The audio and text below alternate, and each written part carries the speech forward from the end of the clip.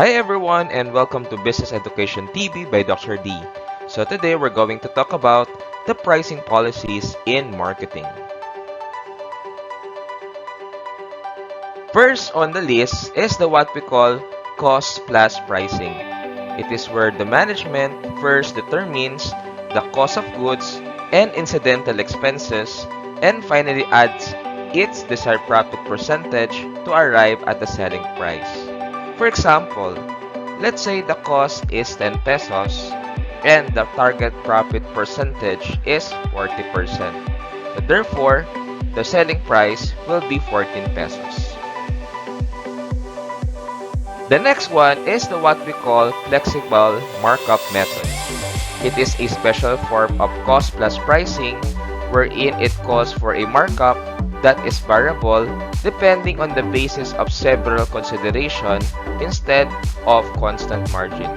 For example, let's say your profit percentage as of now is 40%. Then suddenly, because of in demand for your products, you raise it up to 60%. The third one is the what we call less than cost pricing. This pricing method is used on the theory that it is desirable to sell goods at prices below the cost rather than incur a 100% loss. For example, let's say your cost is 10 pesos because your product will be expired.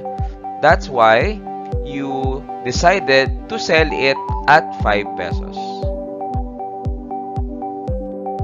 Number 4 is the what we call perceived value pricing. This pricing method is set by the businessman by simply estimating how many people are willing to pay for the products. For example, let's say you are the manager or owner of the business and you think that your product will be bought by 20 pesos. The fifth one is the what we call price maintenance. It is where the pricing policy believes in price stability. It adheres to set the prices that had been charged in the past. For instance, we have this pandesal wherein it is being sold for 2 pesos. If ever there are some increases in prices, they just try to minimize the size of the pandesal but still sell it in 2 pesos. The next one is the what we'll call break-even pricing. It is where the company first determines the break-even point of the product. Using this data, the company may find out how much selling price will be to gain its desired profit. Let's say we were able to have the break-even point of 1,000 units if we're going to have a selling price of 20 pesos. So for you to be able to get the break-even point, you just need to know the fixed cost and you're going to divide it in the selling price minus the unit cost. The next one is the what we call sealed bid pricing.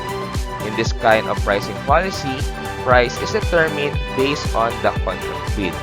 For example, let's say the bidder 1 is selling the product by 10 pesos, then another bidder is selling by 5 pesos, and the bidder 3 is selling per unit of their items or supplies by 15 pesos.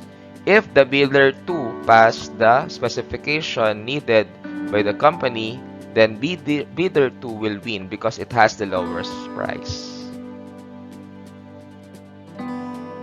The next one is the what we'll call competitive pricing.